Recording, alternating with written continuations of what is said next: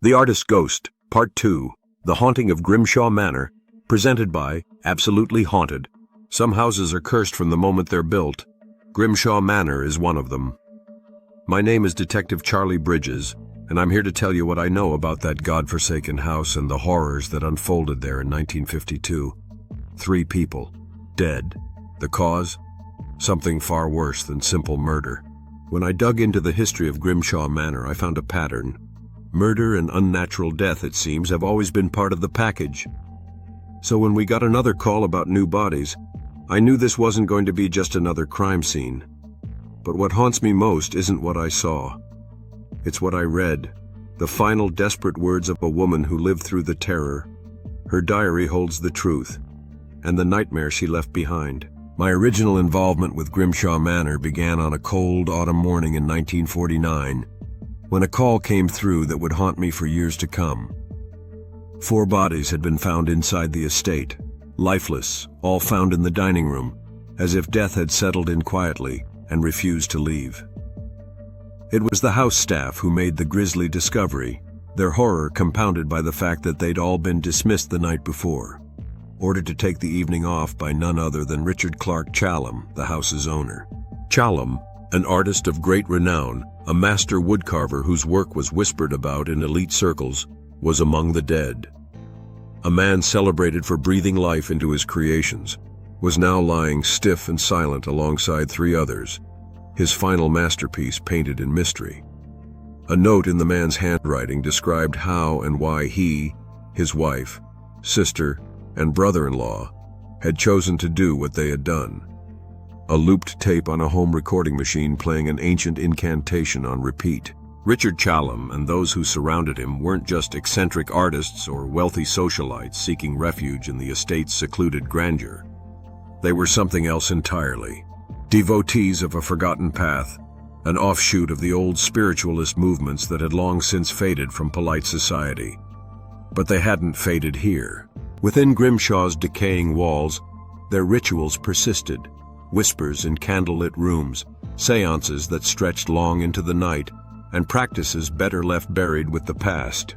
What they were reaching for, no one knows.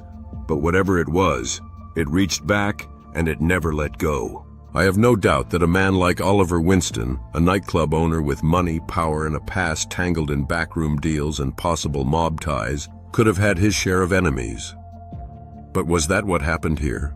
A grudge finally catching up to him in the dead of night? Or was it something far older, something that had been festering long before he ever set foot in Grimshaw Manor? Because if the rumors were true, if the remnants of that strange, secretive cult were still lurking in the shadows of this town, then maybe this wasn't about business or revenge at all. Maybe it was about unfinished rituals, about something they had summoned long ago, and something that had never truly left. Maybe Winston and the others weren't just victims. Maybe they were offerings. Victim 1, Clifton Adams, 36. He was a shadow in the life of Oliver Winston, his ever-present personal assistant, the one who quietly maneuvered through the intricacies of Winston's world when the man himself couldn't be bothered. Adams was the one who dealt with the phone calls, the arrangements, the late-night emergencies. He traveled with the Winstons, lived with them, and became a fixture in the background of their high society life. But when we found him, he wasn't in the background anymore.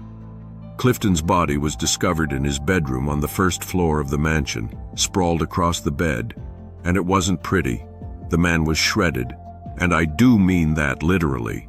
He had been slashed dozens of times, each wound deep and savage, as if the attackers, as it was believed to be more than one, had poured all their fury onto him while he fought with everything he had until he was overcome.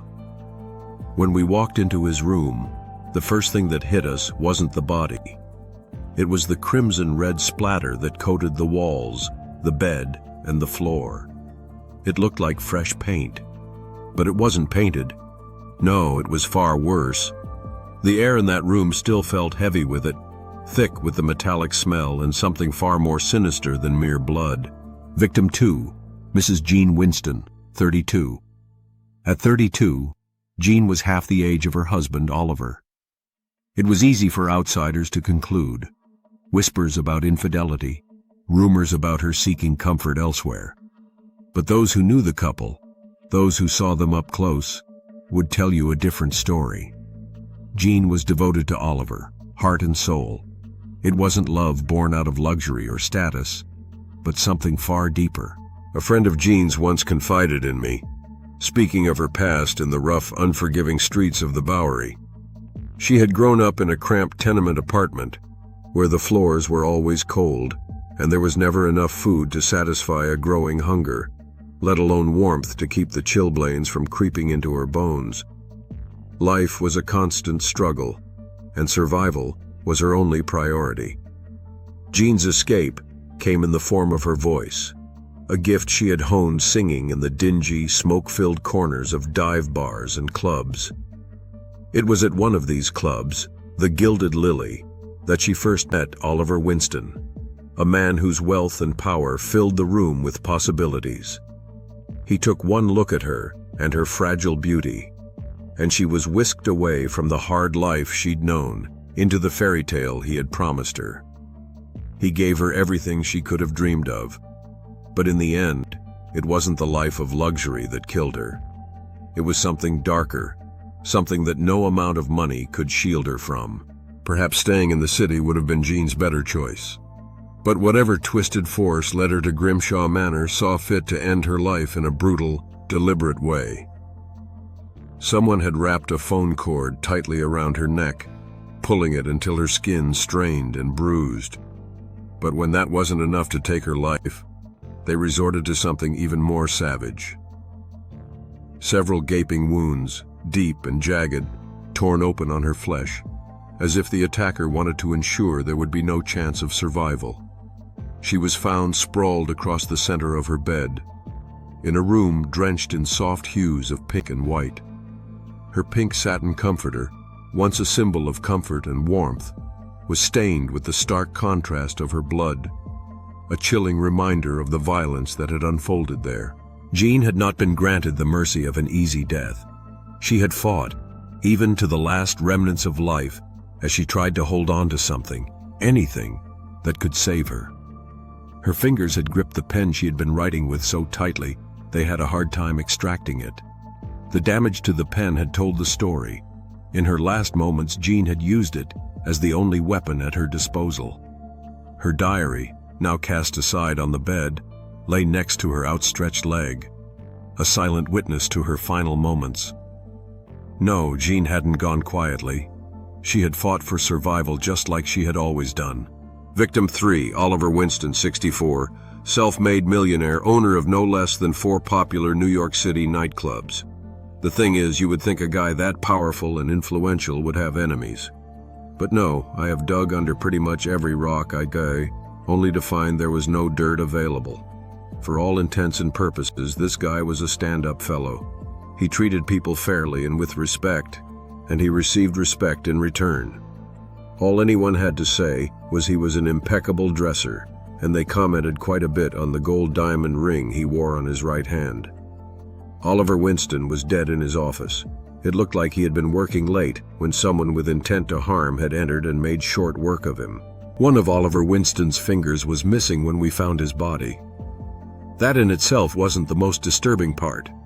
The finger, still wearing his signature gold diamond ring, was discovered in a place that chilled me to the bone. It was found in the hand of a wooden statue in the dining room, a statue that represented Richard Clark Challam, the artist who had once called Grimshaw Manor home. The same Challam who had poisoned his own family and himself in the midst of some twisted ritual decades earlier.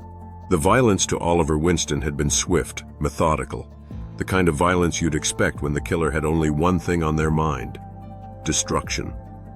But what made no sense was the placement of that finger. The dining room was a good 50 feet away from where Winston's body lay, across the entire span of the house. Why would the killer bother to place Winston's finger in the hand of a statue, of all places? It wasn't just the grotesque act itself, it was the message. A message that felt twisted, deliberate, as though it was meant to tie Winston to the very death that Challam had orchestrated in this house long ago. I was running in circles. After interviewing nearly everyone who had any connection to the couple, friends, acquaintances, even the employees, I had nothing. The Winstons had been short-staffed for weeks at the house, with several household employees quitting in the 2 weeks leading up to the deaths. At first, I thought this might be tied to the killings somehow, perhaps a disgruntled worker with a grudge. But as I dug deeper, I realized that the truth was far stranger. It wasn't a matter of bad blood or personal vendettas, it was fear. The staff hadn't quit out of resentment. They had left because they were terrified. And their fear wasn't born of anything ordinary. It was rooted in ghost stories. I sat at my desk, sifting through the case in my mind, trying to piece together something I might have missed. That's when my gaze landed on the evidence box I'd brought up earlier. Among the papers and items inside, I noticed something that had slipped my mind in the chaos. The diary of Mrs. Jean Winston. Someone must have had the foresight to take it as evidence. Maybe, just maybe, there would be an answer hidden in the pages of that book. I carefully pulled it out, noting the small red stain on the pink cover. Jean Winston had loved pink, and it wasn't surprising to learn that her husband, Oliver, slept in his own bedroom across the hall. I grabbed a cup of coffee, settled back into my desk chair, and opened the small pink book. I was not aware of just how unready I was for the answers the pages would reveal. I knew the couple had purchased the home in April of '52, but had not actually moved in until June. They had some work done on some of the decor and had stayed in their penthouse in New York until it was finished. I had no way at the time of knowing how this tiny book was going to change me and my beliefs exponentially.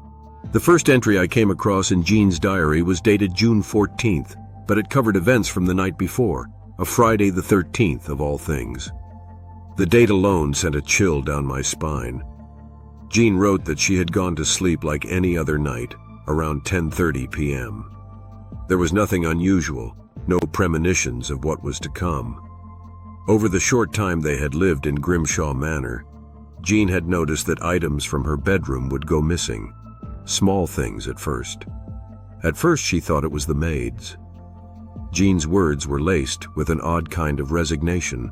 She understood the feeling of being poor, of having nothing to lose. What were a few little trinkets or some lipstick, she wrote. She mentioned that she didn't mind the theft. She would have gladly given the maids whatever they wanted, if only they would have asked. But Jean, after a few weeks, knew it wasn't the maids. No, the maids had all quit, and the thefts were still taking place. She was terrified by the eerie stories that swirled around Grimshaw Manor, the whispered rumors of the statues in the dining room, and the strange fate of the old butler who had served the house for decades.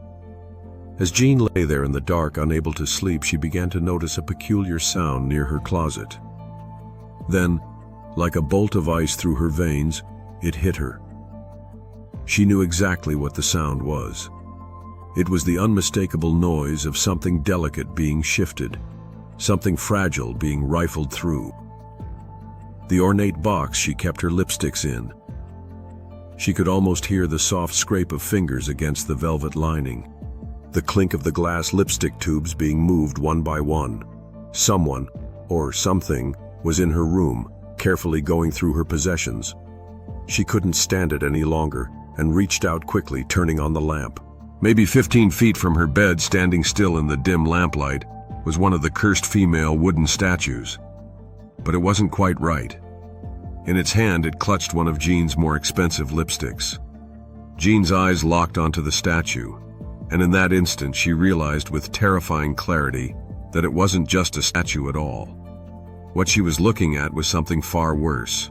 It was as if the very spirit of the statue had come to life, its features distorted, half-formed and flickering like smoke.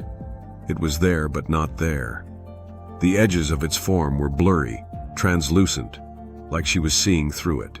It all happened in a matter of seconds. One moment the ghostly figure stood motionless, holding the lipstick, and the next, it let out a scream so bone-chilling, so guttural, it felt as though the walls themselves were recoiling from the sound. The air thickened, turning to ice as the thing rushed towards her, its ethereal form blurring into a nightmare of twisted shadows and distorted limbs.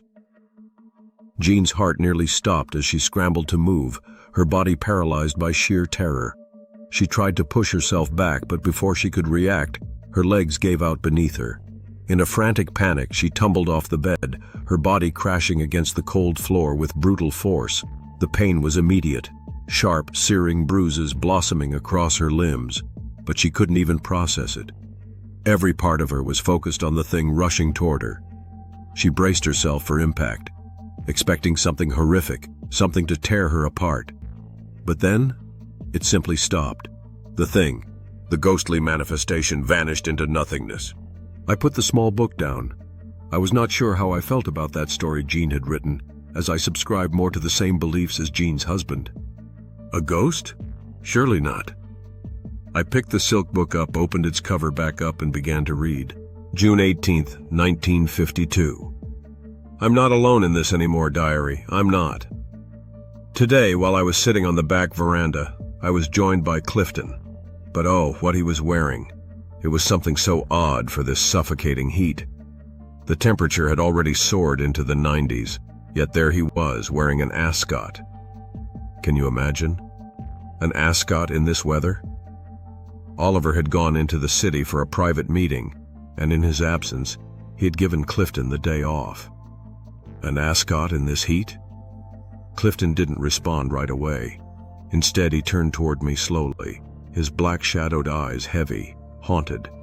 For a moment, he looked as though he was on the verge of tears. "Cliff, what's wrong?"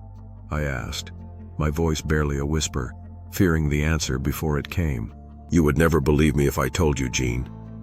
Clifton's voice was tight, like he was struggling to say the words. "Try me," I coaxed, leaning in closer, my curiosity pushing past the growing unease in my chest. He looked at me, his eyes wide, darkened by something unspoken. "I was attacked last night," he said, his voice barely above a whisper. "By what?" I asked, feeling a cold knot form in my stomach. "I don't know," he replied, his face ashen. I think I know, but I'm not sure. I think I might be losing my mind." Jean wrote it all down in the diary. Clifton said he'd gone to his room early that night, too tired from the evening's meal to do anything but collapse into bed. He'd been feeling sick for days. He turned in, lying on his stomach, hoping the sleep would bring some relief. But then it happened. Cliff reported as he lay there, he felt a weight land on his back. He didn't fully wake, but when the weight pressed down harder, he realized something wasn't right. Before he could even comprehend what was happening, something coiled around his neck, tightening with merciless force. Clifton gasped for air, his pulse pounding in his ears. But there was no one there. Jean shuddered as he recounted it. "I was being strangled, but there was no one there," he cried. His voice cracked as he relived the horror. He had a massive dressing mirror that faced his bed, and when he glanced into it, his blood ran cold. There was no reflection of anyone, but I could see it. The ends of the necktie that was being used to strangle me. It was floating there, like it was being held by invisible hands, suspended in midair, and yet no one was there to grip them. But there had to be someone, because they were tightening it around my neck. I passed out, Jean, and when I came to, I was alone, just lying sideways across my bed, gasping for air. Clifton's voice broke as he continued, pulling at the ascot from around his neck, revealing the horrible welts and bruises that marred his skin, deep black and blue marks that told the story of his invisible assailant. He looked at me, eyes wide with fear. "Jean, I'm afraid if we don't leave here, something bad is going to happen." She and Clifton had decided. They were going to convince Oliver to shut up the house. They would return to the safety of their New York penthouse, away from whatever haunted this forsaken estate. They both knew it was time to leave Grimshaw Manor. Their only hope now was to make Oliver see reason, to return to the safety of New York, before the house claimed them both. Several days went by without a single entry, and then, on July 4th, 1952, Jean picked up her pen again. Her writing was more erratic now, the words spilling out as though the weight of what had been happening had finally overwhelmed her. She wrote, "After Oliver refused to go back to New York, telling both Cliff and me that we were crazy, that we were letting a bunch of superstitious locals scare us, I didn't know what to think anymore. He dismissed everything. As for Cliff's throat, Oliver had an explanation for that too. He said that Cliff had probably been under the strain of a fever, delirious, and that in his confusion, he had gotten tangled in the bedclothes and accidentally strangled himself. He even convinced me that all I really needed to feel better was for a few people from the city to come out here to stay. Maybe that would help settle my nerves." I sent out invitations over the following week, and we ended up with a house party of 20. My old friend from my performing days, Dottie, came in early and we spent several days getting ready for the Friday celebration. I had tents in the back pasture between the house and the river, and we were all set with a fireworks display. Diary. I am heartbroken and sick to my stomach at the same time. The police have been here as Dottie is missing. The last time I saw her was during the fireworks display. I am worried sick. Where could she be? July 11th, 1952. Oh no, diary. I can't believe it. The police finally found Dottie. They discovered her tangled in the vines about a mile downriver. She had a skull fracture, but they're saying it was from a fall. A fall, they said. But from where? If she had fallen from the cliff at the back of the house, she would have been found at the base of the cliff, her body crushed against the rocks, not drifting in the river. This damn house, this cursed haunted place, I feel it in my bones. It's going to end us all. I just know it. On July 12th, Jean interviewed the cook, a woman named Mabel. Mabel told Jean about the old butler named Jasper Cogden, who had been working at the estate for one family or another since he was a boy. She said that he was the one who had found and reported Richard Challam and his deceased party. Richard Challam had given all his servants time off on the same day, which was unheard of on the night he committed his deadly deed. Mabel said that the staff should have known something was up when he did that. No big house ever lets all of its servants off at once. She said that after Jasper walked in and found the family, he had sort of lost it, or so everyone at the time thought. Soon after the deaths, the old man started telling everyone that he had seen Arya Challam, Richard's wife, walking around the upstairs, and that when he would try to catch her, she would disappear. He had reportedly chased her spirit to the attic of the mansion several times. The groundskeeper, Basil Kent, was trimming the hedges at the back of the house and unfortunately witnessed old Jasper falling from the large round attic window to his death. He told anyone who would listen that as the old man fell, that movement in that same window caught his eye, and as he looked up, he saw staring back at him was one of the female wooden statues from the dining room.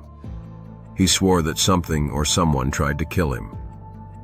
He told Mabel as he was preparing to leave that he was cutting grass and had taken a moment to sit down next to the water trough under the trees in the back pasture for a break. He said he had bent over this trough as he saw the overfill was jammed and he was trying to clear it. As he was bent over, someone shoved him into the trough and was drowning him. He said he had fought back and was able to see who had him by his neck, and he said from under the water he saw that the hand that gripped him belonged to one of the dining room statues, one of the men. He went on to say he was just about done, as he could not hold his breath any longer when he heard the assistant Billy call his name several times, and he could tell the kid was coming closer. Suddenly the pressure dissolved and he bobbed to the surface, choking and gasping for air. Billy helped him out of the trough and he came straight to the house to tell Mabel he was quitting and never coming back. "There are demons here," he was reported as saying, "and I'll not let them have my soul." I stood up and got another cup of coffee. My cop's mind was having way too much trouble believing this story, but at the same time, something moved like a shadow over my soul, and a chill coursed across my body as something internal told me that this was fact, no matter how crazy it sounded. I glanced at the diary and realized there was not much left to read. I looked at the clock, 9 p.m.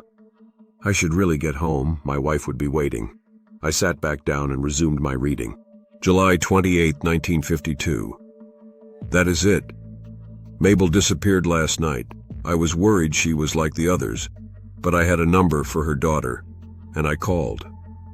Mabel was home. She agreed to talk to me if I came to her daughter's home, but she would not talk over the party line. I asked Cliff to drive me, and he was as interested in what Mabel had seen as I was. She invited us in and gave us tea before she talked. I asked her what had happened, and she gave me a tale I did not want to hear. I have been scared before, but now I am terrified. Mabel reported that she was asleep in her room down a short corridor from the kitchen last night.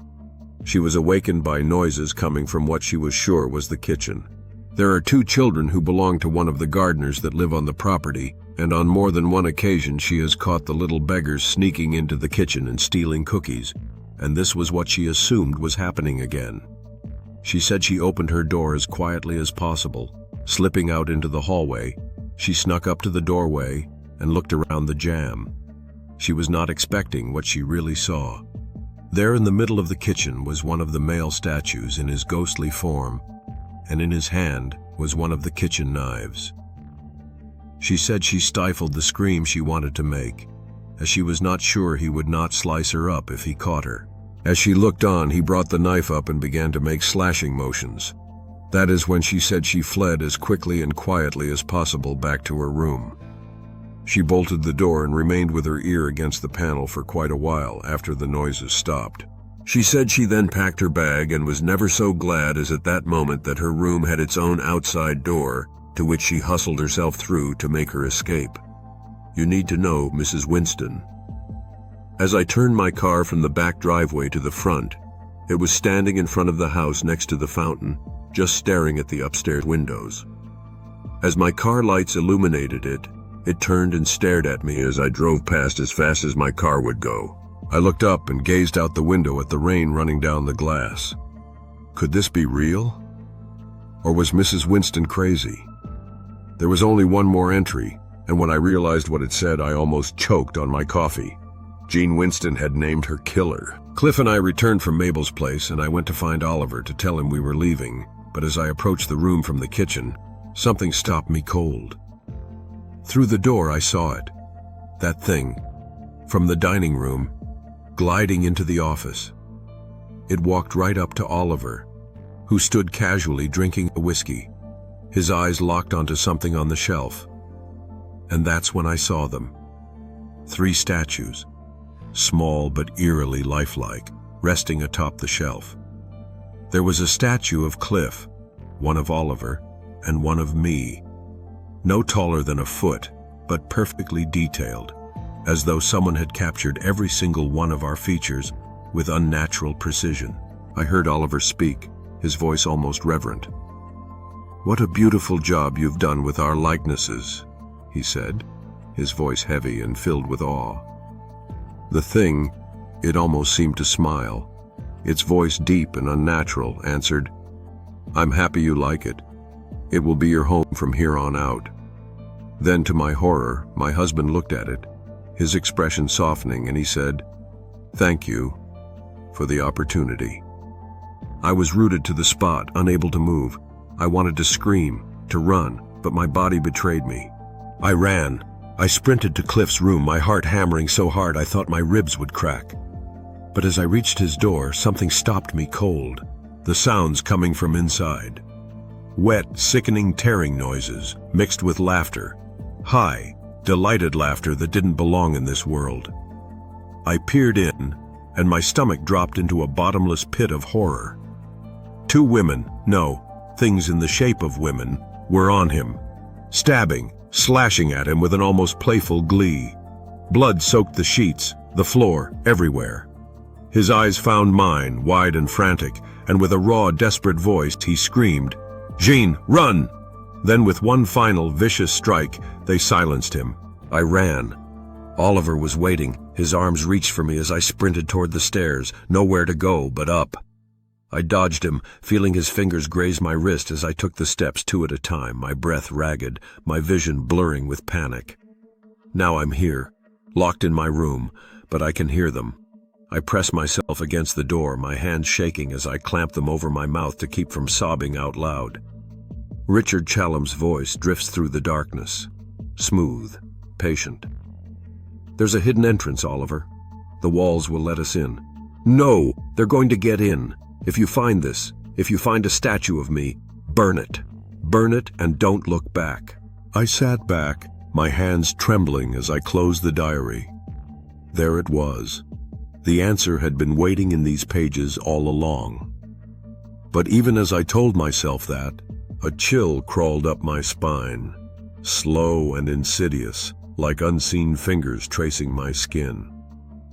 I know what the official report will say.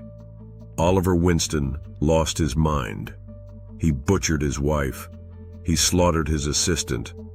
And when there was no one left, he took his own life. A tragic human crime. That's the only explanation that makes sense, right? I force a chuckle, shaking my head. "Case closed," I mutter. "You don't believe in ghosts any more than I do you?" My voice sounds hollow. Then, somewhere in the darkened room behind me, a soft rustling.